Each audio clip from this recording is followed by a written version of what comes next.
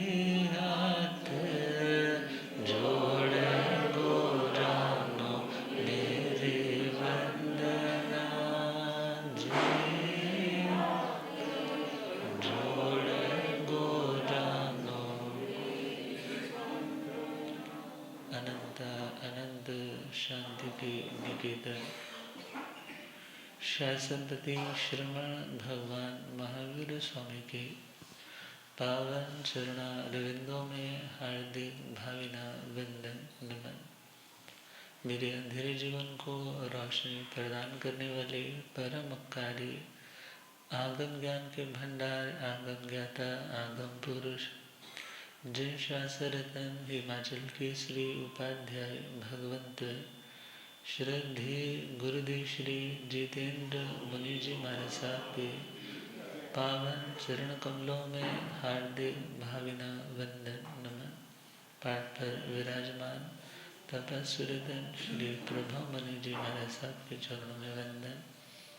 धर्म सभा में उपस्थित धर्मानुरागियों, सुशीलवती माताओं एवं बहनों, असीम पुण्योदय से भाग्योदय से आप सबको संतों का समागम और वितरागवाणी श्रवण करने का सुअवसर प्राप्त हो रहा है। श्रवण कर रहे हैं परमात्मा श्रवण भगवान महावीर स्वामी की मंगलमय पावन कल्याणकारी जिनवाणी। दुनिया में व्यक्ति किसी ना किसी को फॉलो करता है, किसी ना किसी से इंस्पायर्ड होकर के, प्रेरित होकर के वैसा बनने की कोशिश करता है। मगर हमें किसे फॉलो करना? जो कोई बनावट नहीं, जो किसी भी तरह की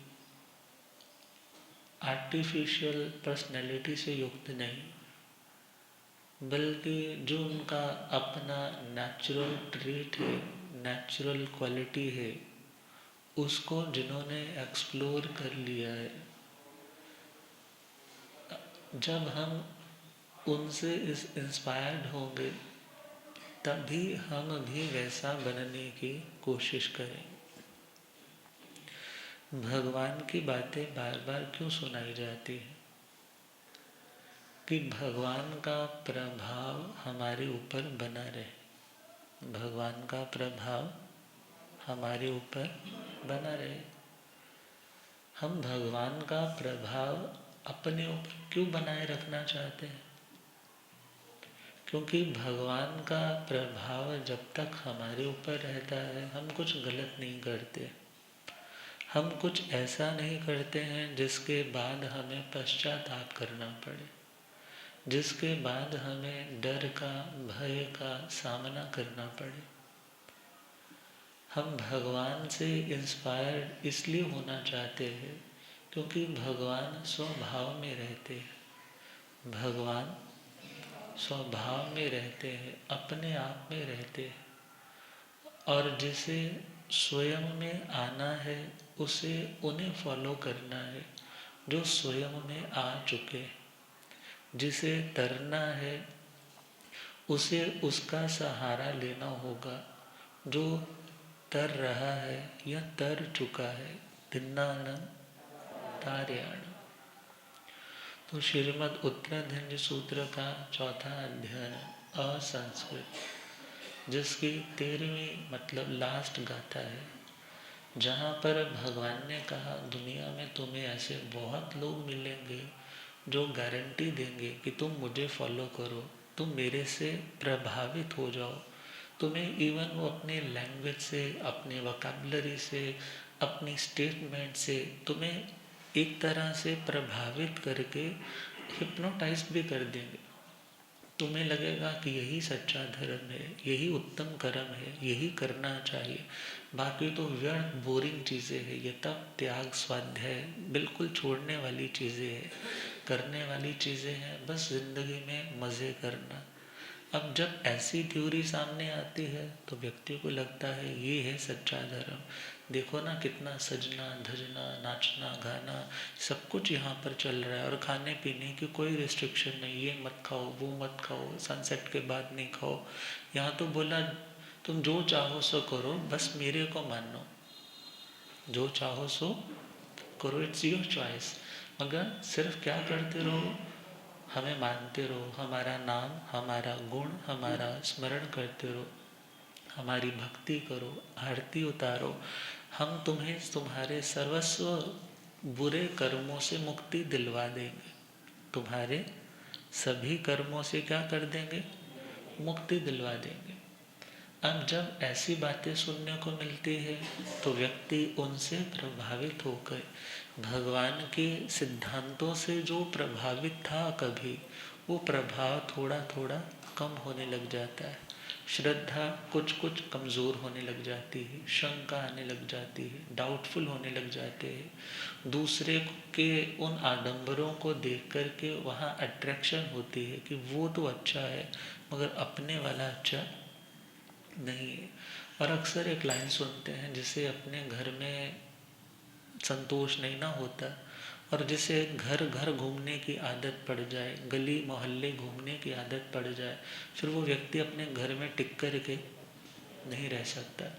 इसी प्रकार जब किसी व्यक्ति को अपना धर्म जब समझ नहीं आता और जब अपने धर्म में स्वाद नहीं आता, फिर वो जगह जगह पर क्या करता है, और वहाँ पर भी परमानेंटली उस व्यक्ति का झुकाव, उसकी श्रद्धा नहीं बनी रहेगी, वो तो बस एक टेस्ट चेक करने वाले के समान, जब तक अच्छा लग रहा है तब तक फॉलो, जब अच्छा लगना कम होने लगा, बंद होने लगा, तो फिर नया चीज़ ट्राई करने लग जाए।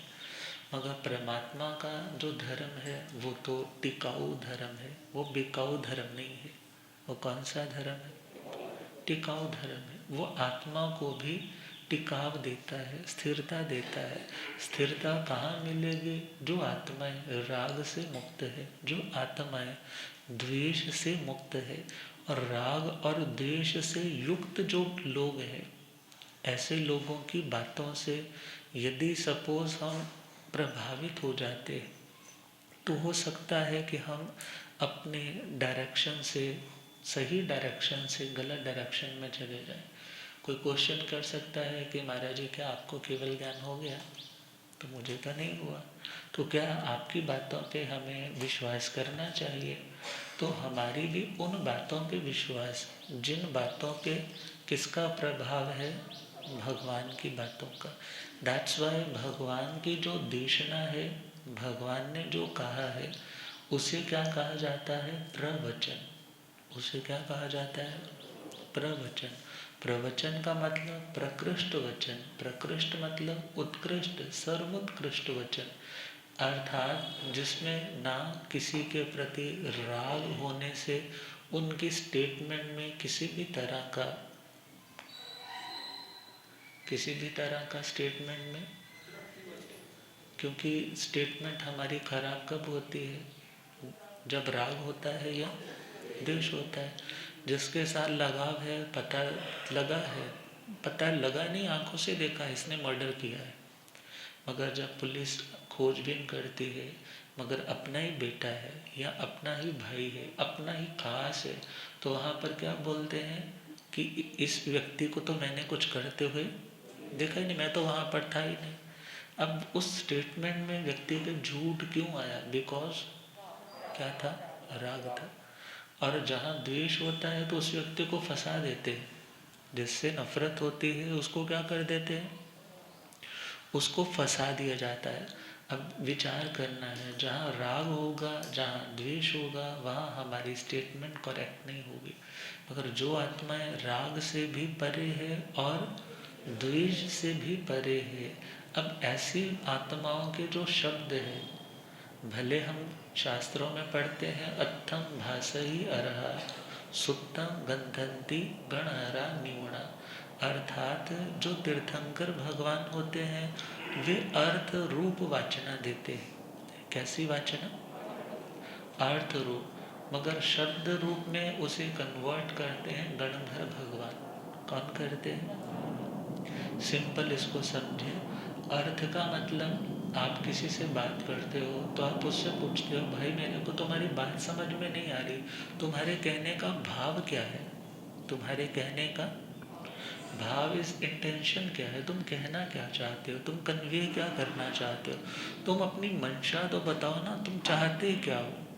उसका नाम क्या होता है? अर्थ। उसका नाम क्या होता है? अर्थ।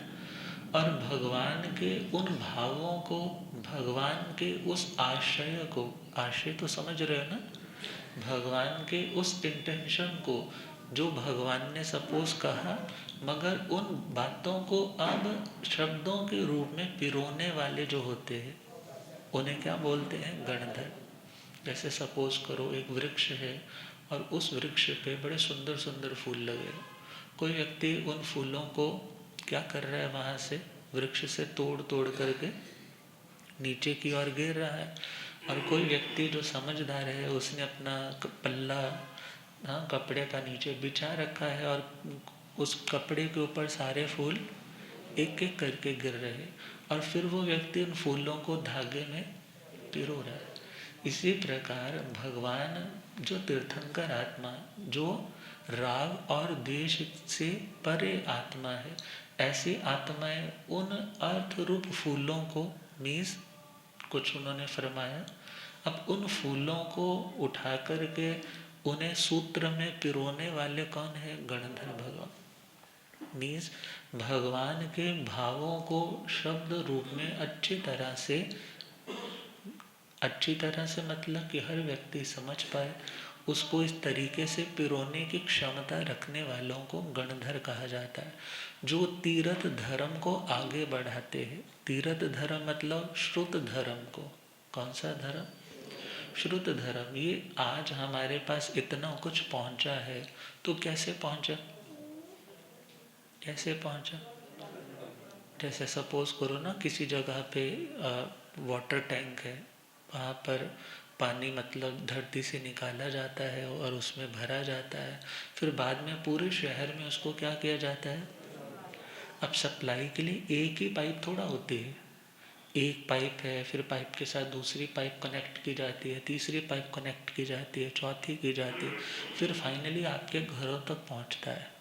अब इसी प्रकार तीर्थंकरों ने तो कह दिया, सुना दिया, मगर उसको रिस्टोर करने वाले, संभालने वाले वो गणधर भगवान।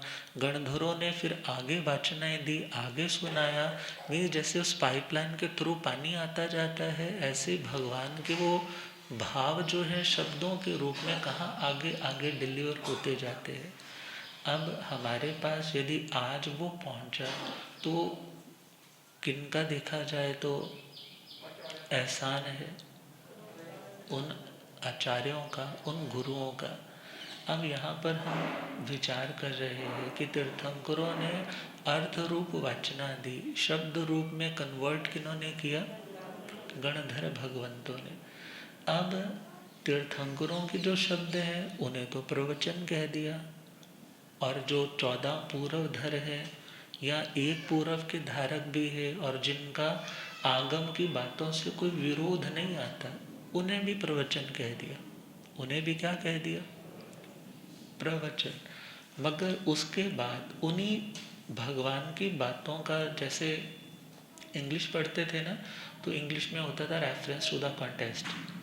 उसमें क्या आता था, पोइट्री का इतना सा स्लॉग आता था, स्लॉट, उसको क्या करना होता था, फिर एक्सप्लेन करना होता है। ऐसे भगवान ने तो एक तरह से जो दे दिया, मगर अब उसका आगे भगवान ने जो बोला, भगवान के उन भावों को पकड़ करके पोइट्री में किन्होंने कन्वर्ट कर दिया, गणधरों ने। फिर उसकी एक्सप्लेनेशन, एक्सप्लेनेशन इज व्याख्यान। एक्सप्लेनेशन का मतलब, अब जब किसी चीज़ को समझाने के लिए उसको खोल खोल करके एग्जाम्पल दे दे करके समझाया जाता है, उसका नाम होता है व्याख्यान। उसका नाम क्या, व्याख्यान। इस समय आप क्या सुन रहे हैं, व्याख्यान। और जहाँ जहाँ भगवान की बातें आएंगी शास्त्र की, तो वो क्या होंगी, प्रवचन। वो क्या होगी, प्रवचन। और भगवान की उन बातों का जब कथन किया जाता है, सुनाया जाता है, उसी का नाम कथा। उसी का नाम क्या, कथा। और हमारे उत्तर भारत में ज़्यादा प्रचलित क्या है, कहाँ जा रहे हो, कथा सुनने जा रहे हैं, हमारे जो कथा का टाइम क्या होगा। मीन्स वहाँ पर भगवान की बातों का कथन किया जाएगा, सुनाया जाएगा। अब भगवान की बातें जो हमारे 32 आगमों के रूप में श्वेतांबर स्थानकवासी परंपरा में मान्य है, अब उन्हीं में एक सूत्र है श्रीमद् उत्तराधीन सूत्र। और अक्सर ये सूत्र, जैसे सनातनियों में गीता है, ऐसे ही उत्तराधीन जैन लोगों की गीता है, जिसमें ओवरऑल हमारे शास्त्रों का निचोड़ हमें समझ में आ सकता है यदि हम अच्छे से इसको पढ़ें। तो चौथे अध्ययन में परमात्मा फरमाते हैं कि दुनिया में बहुत लोग हैं जो अपनी अपनी मति के अनुसार अलग अलग मतों की स्थापना कर रहे हैं। मति, मतिस बुद्धि, अपनी मति के अकॉर्डिंगली एक्सप्लेन करते हैं। किसी को एक्सप्लेनेशन टच कर जाती है, उसको अच्छा लगता है, ये बहुत सही समझा रहे हैं, और वो व्यक्ति उनका फॉलोअर हो जाता है, उनको मानने लग जाता है। मगर परमात्मा कहते हैं दुनिया में ऐसे बहुत लोग हैं जो इंटेलिजेंट बहुत होंगे, जिनकी वोकैबुलरी बहुत स्ट्रांग होगी, जिनका कन्वे करने का तरीका बहुत सुंदर होगा, जो बड़ी लॉजिकली बात समझा रहे होंगे, मगर 10 बातें तो अच्छी बोलेंगे, मगर एक बात अपनी उसमें कोई ऐसी कह देंगे कि तुम ऑलरेडी हिप्नोटाइज्ड हो चुके हो, ऑलरेडी उसके अंधे फॉलोअर बन चुके हो। तुम्हें लगेगा जो ये कह रहे हैं बिल्कुल बिल्कुल ठीक कह रहे हैं।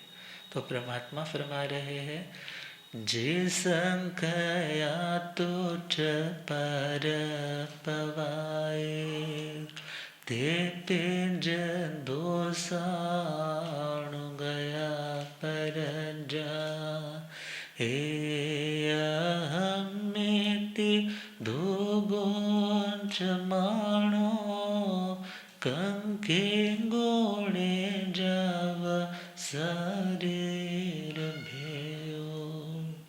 जे संख्या तुच्छ पर पवाई। दुनिया में वे लोग जो संख्या का यहाँ मतलब है संस्कृत, जो लोग संस्कृत में बोलने वाले, संस्कृत का वैसे मतलब होता है जो प्योर बोलने वाले, शुद्ध, no grammatically mistake, no pronunciation की मिस्टेक, जो किसी भी तरह का कोई अपने बोलने में फॉल्ट नहीं लेकर के आते, जिनके बोलने में बहुत अच्छी पकड़ है, उन्हें क्या बोलते हैं? संस्कृत।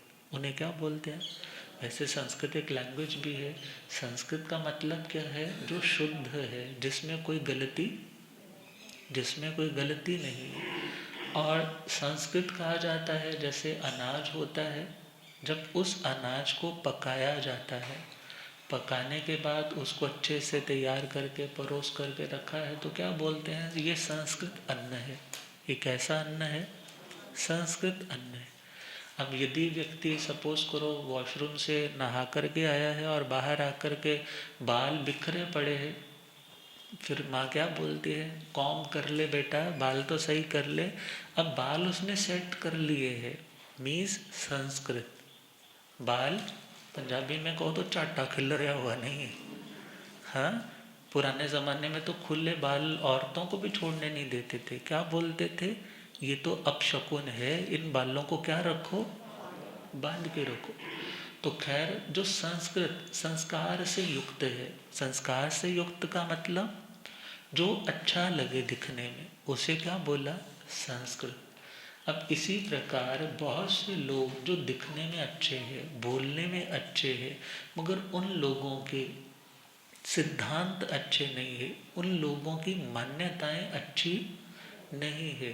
भगवान कहते हैं ऐसे लोग तुच्छ है। ऐसे लोग क्या है? तुच्छ। इकोनॉमिकली स्ट्रांग होना बड़ी बात नहीं है, सोशली तुम्हारा बहुत बड़ा नेटवर्क है, ये भी बहुत बड़ी बात नहीं है, फिजिकली तुम बहुत स्ट्रांग हो, ये भी कोई बड़ी बात नहीं है, मगर यदि तुम्हारे विचार अच्छे नहीं है, तुम्हारे सिद्धांत ठीक नहीं है, तुम्हारी मान्यताएं ठीक नहीं है, तो तुम सच में तुच्छ हो। तुच्छ का मतलब जो कृपा का पात्र होता है, जो दया का पात्र होता है, ऐसा व्यक्ति जिसको क्या बोलते हैं? ये तो बेचारा है। ये तो क्या है? बेचारा है।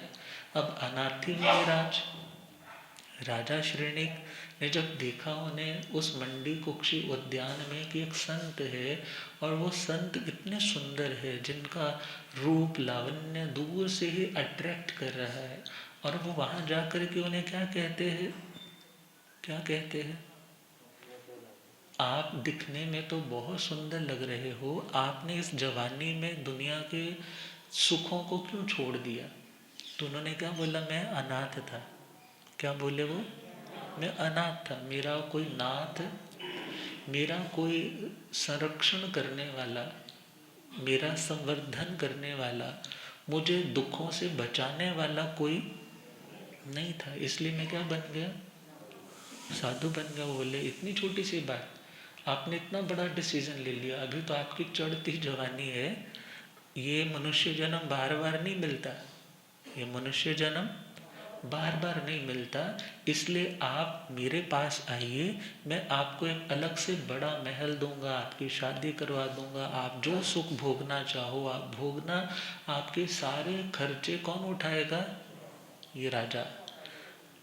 अब जैसे ही राजा ने इतना बड़ा ऑफर किया, तो अनाथी मुनिराज क्या कहने लगे? हे राजन, आप मेरे नाथ क्या बनोगे? आप तो स्वयं ही अनाथ है, आप तो स्वयं ही अनाथ है। फिर वे कहने लगे कि हे भगवान, गृहस्थी झूठ बोल ले तो समझ आता है, उसको 100 मजबूरी होगी, उसे झूठ बोलना पड़ता है, मगर साधु को तो ऐसी कोई मजबूरी, क्योंकि नूह ले आनी नहीं देती व्याणी नहीं। हाँ, उसको किस चीज़ का झूठ बोलना? अब कहने लगे फिर आप एक और तो मुझे राजन कह रहे हो, और दूसरी ओर क्या बोल रहे हो कि आप क्या हो? अनाथ हो। तो कहने लगे आप मुझे समझाइए। तो उन्होंने अपनी सारी स्टोरी सुनाई, ऑटोबायोग्राफी सुनाई कि मैं इतने बड़े समृद्ध सेठ का बेटा था, प्रबोध धन संचय, जिस पिता ने ढेर सारा धन इकट्ठा कर रखा था, मगर जब मेरे आंखों में वेदना उत्पन्न हुई, बुखार इतना बढ़ गया और मैं तड़पता था उस पीड़ा के मारे। बड़े बड़े डॉक्टर्स ने विजिट की, मंत्रवादी, तंत्रवादी, भूतवादी, उन जादू टोने करने वाले भी लोगों ने घर पे विजिट किया, मगर कोई मेरे दुख से मेरे को मुक्त नहीं करवा पाया। ये थी मेरी अनाथता, ये थी मेरी अनाथता कि इतना पैसा होने के बावजूद भी मैं रिलीफ को, शांति को, सुकून को नहीं प्राप्त कर पाया। मेरे पिता अपना सारा धन मेरे लिए खर्चा करने के लिए तैयार थे, मगर धन मेरा नाथ नहीं बन पाया। मेरे भाई, मेरी भाभियाँ, मेरी पत्नी, सब लोग रोते रहते, माँ आंसू बहाते रहती। पत्नी ने खाना पीना श्रृंगार करना छोड़ दिया, नहाना छोड़ दिया। उसने हर तरह से सभी चीज़ों का त्याग करके बस मेरी छाती पे सर रख के रोती रहती, मगर वो भी मेरे को स्वस्थ, उसका रोना धोना भी मेरे को बचा नहीं पाया उस दुख से। ये थी मेरी अनाथता, ये थी मेरी। और फिर वो समय आया जब मैंने विचार किया कि यदि मैं इस दुख से मुक्त हो जाऊं तो मैं सभी तरह के पापों का त्याग करके एक साधु निर्ग्रंथ अणगार का जीवन अपना लूँगा। और इन शुभ भावनाओं से मुझे नींद आ गई। और नींद जब आई है, सुबह उठा हूँ, क्या देखा है, मैं पूरी तरह से स्वस्थ हो चुका हूँ। अर्थात मैं दुनिया में जिन्हें मानता था कि ये मेरे रक्षक बनेंगे, मगर कोई मेरी रक्षा करने वाला नहीं हो। तो क्या सोचना, प्रभु के गुणों में मेरा ध्यान होवे, प्रभु के गुणों में मेरा ध्यान, कि जिससे सदा मेरा कल्याण होवे, प्रभु के गुणों में मेरा ध्यान होवे, प्रभु के गुणों में मेरा हो, मेरा दया भाव सब प्राणियों पे, हो मेरा दया भाव सब प्राणियों, हो मेरा दया भाव सब प्राणियों पे, कोई जीव मुझसे ना हैरान होवे, प्रभु के गुणों में मेरा ध्यान होवे, प्रभु के गुणों।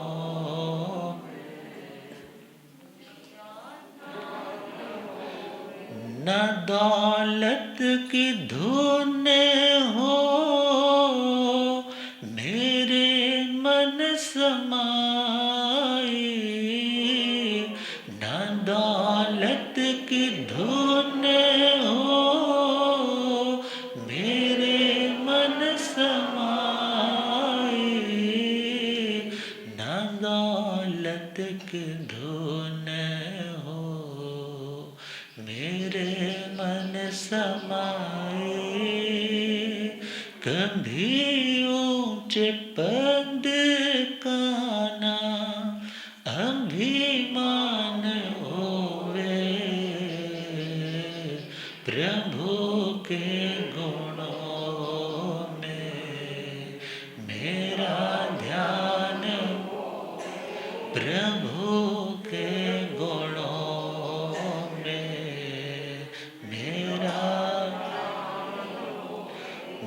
मुसीबत जो आए ना घबराए दिल, मुसीबत जो आए ना घबराए दिल, मुसीबत जो आए ना घबराए दिल, मेरी आत्मा ऐसी बलवान होवे, प्रभु के गुणों में मेरा ध्यान होवे, प्रभु के गुणों पे मेरा जुबां पर हो मंत्र सच्चाई का हरदम, जुबां पर हो मंत्र सच्चाई का हरदम, जुबां पर हो मंत्र सच्चाई का हरदम, सदा उसक रट की लगी तान होवे, प्रभु के गुणों में मेरा, प्रभु के गुणों में मेरा ध्यान, कि जिससे सदा मेरा कल्याण होवे, प्रभु के गुणों में मेरा ध्यान। तो अनाथी मुनिराज राजा श्रेणिक से क्या कह रहे कि मैं भी क्या था, अनाथ था, मगर जब मैंने धर्म को स्वीकार किया, जब मैं प्राणी मात्र के प्रति कि ये सब मेरे हैं, और जो अपने होते हैं हम उनको, वैसे तो दुनिया में तो ये कहावत है कि सरीका सबसे माड़ा होता है, सबसे ज़्यादा नुकसान कौन करते हैं, यही बोलते हैं ना सरीके वाले। मगर यहाँ कहा जा रहा है जब हम अपने ममत्व का विस्तार करते हैं, ममत्व मतलब मेरापन, कहा या तो आप अपने ममत्व का संकोच करो, संकोच मतलब उसको कम कम कम कम इतना कम करो कि आपको ही अपना शरीर भी अपना नहीं लगे। क्या नहीं लगे? शरीर भी अपना नहीं लगे।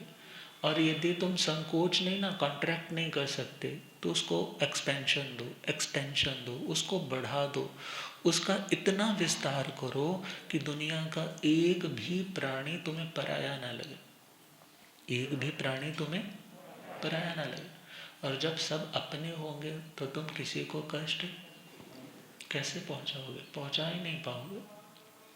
तो अनाथी मुनिराज कहने लगे जब से मैंने सभी को अपना माना, मैं सबका नाथ बन गया। और जो घर का सबसे बड़ा होता है वो सबका ख्याल रखता है, वो किसी के काम में रुकावट नहीं डालता है, बल्कि सबको सपोर्ट ही करता है। गलत से रोकता ज़रूर है मगर प्रोग्रेस से नहीं रोकता है। उनको प्रोग्रेसिव मोड पर जाते हुए उसको खुशी होती है कि ये लोग क्या कर रहे हैं, तरक्की कर रहे हैं। तो अनाथी मुनिराज ने समझाया कि हे राजन, मैं पहले अनाथ था मगर अब मैं क्या हूँ। ये लाइन अब कौन बोल रहा है? राजा श्रेणी, कि आप वास्तव में सनाथ है मगर मैं अनाथ हूँ। उनके पास आकर के धर्म अगले दिन आता है, परिवार के साथ धर्म को फॉलो करने लग जाता है। तो हम सुन रहे हैं कि जो लोग तुच्छ है, तुच्छ कौन है? तुच्छ का मतलब, वैसे तो इन अ नेगेटिव सेंस वो स्पीक्स तुच्छ वर्ड, तुच्छ मतलब बड़ा घटिया है, बड़ा निकम्मा है, बड़ा तुच्छ मेंटेलिटी का है। मगर तुच्छ का मतलब जो हल्की मेंटेलिटी वाला व्यक्ति है। अब उस व्यक्ति को शास्त्र में बाल कहा। शास्त्र में क्या कहा? बाल। और परमात्मा कहते हैं जो बाल है वो अज्ञानी है। जैसे एक बच्चे को नहीं पता होता है कि मेरे लिए अच्छा क्या है और मेरे लिए, माँ यदि उसको मोबाइल से रोकती है ना, महाराज जी के पास आके बोलती महाराज जी इसका नियम करवाओ, तो वो क्या बोलता है? पहले मम्मी का करवाओ। पहले किसका करवाओ? पहले मम्मी का करवाओ। यदि बच्चा नहीं पढ़ रहा है और माता पिता रोकते हैं तो उन्हें तो माता पिता ही राहु केतु शनि ढैया, उनको तो लगता है यही साढ़ सती होती है। मगर विचार करना है, यदि वो हमें अच्छे के लिए रोक भी रहे हैं और हमें अच्छे नहीं लग रहे, इट मीन्स हमारे में कहीं क्या है? हमारे में कमी है। और हमारा तो अभी इतना लेवल भी नहीं है कि हम खुद को उनके साथ मेजर करने लग जाए। उनकी तो पढ़ाई लिखाई कंप्लीट हो चुकी, उन्होंने तो जो करना था एकेडमिक उन्होंने अचीव कर लिया, मगर वो चाहते हैं कि हमारे बच्चों का भविष्य खराब ना हो। तो खैर, तुच्छ कौन है? जो व्यक्ति बाल है, जो व्यक्ति अज्ञानी है। अज्ञानी किसे बोलते हैं? जो ज्ञान से रहित है, या जो व्यक्ति अपने ज्ञान का सही इस्तेमाल नहीं करता है, जो अपने ज्ञान का, नॉलेज का। हम जितने बड़े बड़े आईएएस पता नहीं क्या क्या नाम है उन आतंकवादी संगठनों के, ये तो नहीं है उनके पास एकेडमिक नॉलेज नहीं होगी, उनके पास कंप्यूटर की नॉलेज नहीं होगी, उन लोगों को कुछ बोलना लियाकत से नहीं आता होगा, सब आता होगा। मगर वो लोग अपने उस ज्ञान का सही उपयोग, जो अपनी नॉलेज का सही उपयोग करे, वो सम्यक दृष्टि, वो व्यक्ति कौन है? और जो अपनी नॉलेज का प्रयोग गलत तरीके से करे, अपनी नॉलेज का इम्प्लीमेंटेशन गलत जगह पे करे, उसी को तो मिथ्या दृष्टि कहा। उसी को क्या बोला? मिथ्या दृष्टि। तो परमात्मा कह रहे हैं जे संख्या तुच्छ पर पवाई। दुनिया में ऐसे बहुत संस्कृत लोग हैं जो बड़े सिविलाइज्ड लगते हैं, जो लोग बड़े स्पिक एंड स्पैन बड़ी बड़ी कोठियों में रहने वाले हैं, मगर उन लोगों की धर्म के प्रति, कर्म के प्रति, आत्मा के प्रति, परमात्मा के प्रति, बंध के प्रति, मोक्ष के प्रति कोई श्रद्धा। उनका कहना क्या होता है कि भाई यावत जीवे सुखम जीवे, जब तक जीना है सुख से जियो। जब तक जीना है, ऋणम कृत्वा घृतम पीबे। तुम्हारे पास पैसे नहीं ना सुख भोगने के लिए, तो तुम क्या कर लो? लोन उठा लो, उसको बोलो फिर दे देंगे, और ले लो और अच्छे से ऐश करो। और कहा भस्मीभूतस्य देहस्य, जब ये शरीर बोले भस्मीभूत राख बन जाएगा ना, तो पुनरागमनम कुतः, तो ध्यान देना, वो लोग कहते हैं कि दोबारा से तुम्हें वो कर्म या कर्जा चुकाने के लिए आना नहीं पड़ेगा, क्योंकि शरीर नष्ट हो गया तो तुम भी नष्ट हो गए। अब ऐसे लोगों की बातें सुनने में तो अच्छी लगती है, व्यक्ति सोचता है ये फिलॉसफी अच्छी है, आगे सच में तो किसने देखा है। मगर भगवान कहते हैं ऐसे लोगों की जो मेंटेलिटी है वो भी तुच्छ है, वो दयनीय लोग हैं, ऐसे लोग बाल हैं, अज्ञानी है। वो बोलने में, सिद्धांतों को समझाने में तो बड़े कैपेबल है, मगर जो लोग कहीं ना कहीं राग द्वेष से ग्रसित है, राग से और द्वेष से, और बहुत बार व्यक्ति अपनी कमी को ढांकने के लिए, छुपाने के लिए ऐसा सिद्धांत बना देता है कि सामने वाले को लगता है कि हाँ ठीक है ये तो चलता है। मगर विचार करना है, जो राग और द्वेष से युक्त है उसे अपनी ईगो से भी प्यार होगा, अपनी इमेज से भी प्यार होगा, अपनी आइडेंटिटी से भी प्यार होगा कि मेरा नाम खराब ना हो जाए। और वो व्यक्ति अपनी कमी को ढकने के लिए ऐसी स्टेटमेंट देगा कि ये यदि कर भी लिया जाए ना तो कुछ गलत नहीं। मगर भगवान महावीर स्वामी ने, यदि राजा श्रेणी ने शिकार खेला था तो भगवान ने ये नहीं कहा कि तेरा नरक का आयुष्य क्या हो गया, कट गया। तू मेरा भक्त है, मैंने तेरे को क्या कर दिया? मैंने तुम्हें उस नरक के बंध से क्या कर दिया? मुक्त कर दिया। अर्थात भगवान ऐसी कोई भी, हाँ पंजाबी में बोल देना फुकरी, ऐसे कोई फुकरी नहीं मारते थे। जो रियलिटी है उस रियलिटी को ही वो बताते थे। उन्होंने कहा मैं रास्ता बता सकता हूँ, तुम उसको फॉलो करोगे तो तुम अपनी मंजिल तक ज़रूर पहुँचोगे। भगवान को मानने वाले सम्यक दृष्टि देवी देवता अनेकों हैं, और वो कहीं ना कहीं तुम पाठ जाप करते हो, तुम्हारे लिए हेल्पिंग भी हो सकते हैं। मगर कर्म तो किसको काटने होंगे? कर्म तो स्वयं को काटने होंगे। ये तो नहीं है कि तुम्हारे कर्म भगवान काट देंगे, उसके लिए तो किसको मेहनत करनी पड़ेगी। जब बांधे खुशी खुशी से है तो काटने भी खुशी खुशी से चाहिए। मगर जब आत्मा ऐसे दुनिया के लोगों के शब्दों को सुन करके क्या असमंजस में पड़ जाता है, बोलता है ये बातें तो बहुत अच्छी है, ये धर्म तो बहुत अच्छा है, ये तो सुख भी दे रहे हैं, बोले तुम कुछ भी करो, बस हमारे पास आ जाओ, हमारे इस गंगा में डुबकी लगा लो, तुम्हारे सारे पाप क्या हो जाएंगे। सूत्र कृतांजलि सूत्र में कहा है, यदि तुम्हारे पाप धुल जाएंगे किसी तीर्थ पे स्नान करने से या किसी के मत्था टेकने से मात्र से, तो तुम्हारे वहाँ पुण्य भी धुल जाएंगे। क्यों? क्योंकि जब स्नान करते हैं यदि मैल उतरती है, तो यदि तुमने फाउंडेशन थप थप लगा रखी है, हाँ कितनी सारी क्रीम्स लगा रखी है, परफ्यूम्स लगा रखे हैं, तो नहाते टाइम वो भी क्या हो जाते हैं। तो positive karma is equal to तुम्हारे वो सारे कॉस्मेटिक्स, और नेगेटिव कर्मा मतलब मैल। जैसे पानी यदि मैल को धोता है तो तुम्हारे फिर पुण्य को भी क्या कर देगा, धो देगा। तो भगवान ने कहा कि ऐसे व्यर्थ की बातें राग द्वेष से युक्त आत्मा कभी नहीं करती। तुम्हें किनके सिद्धांतों को समझना है, जानना है, मानना है कि आत्मा है, आत्मा कर्म का करता है, आत्मा कर्म का भोगता है, कर्म का बंध है और कर्म से मुक्ति का उपाय भी है। मगर यदि उसको समझा नहीं और मात्र जब अपना धर्म समझा नहीं तो और दूसरों का सुनना पहले शुरू कर दिया और दूसरों से इंस्पायर्ड होकर के फिर उसी ट्रैक पर चलने लग जाते। और आजकल तो आ रही है ना थ्योरी, बोले अंडा भी वेजिटेरियन है जी। अंडा भी क्या होने जा रहा है, सर्टिफिकेट भी शायद मिल जाएगा, पैसे चढ़ जाएंगे, कुछ भी हो सकता है। मगर परमात्मा कह रहे हैं दुनिया में लॉजिक्स दे करके बहुत लोग होंगे जो असत्य को सत्य के रूप में प्रस्तुत करेंगे, मगर वे लोग राग और द्वेष से युक्त है। कोई ना कोई उन लोगों का पीछे स्वार्थ छिपा हुआ है, वो खुद छोड़ नहीं पाते, और जो छोड़ करके चल रहे हैं उनको भी क्या कहते हैं, शराब पीने वाले क्या बोलते हैं, शराब पीते रहो ना तो पथरी नहीं होती। क्या नहीं होती? मैंने बोला भाई पूरा लीवर खराब हो जाता है, सिर्फ पथरी से बच जाते हो, मगर लीवर क्या हो जाता है। कोई कहने लगा जी जब गर्मी हो ना तो बियर पीनी चाहिए, बियर पीने से कहते जौ की होती है, ठंडी होती है। मैंने कहा फिर संतों को बहराया करो।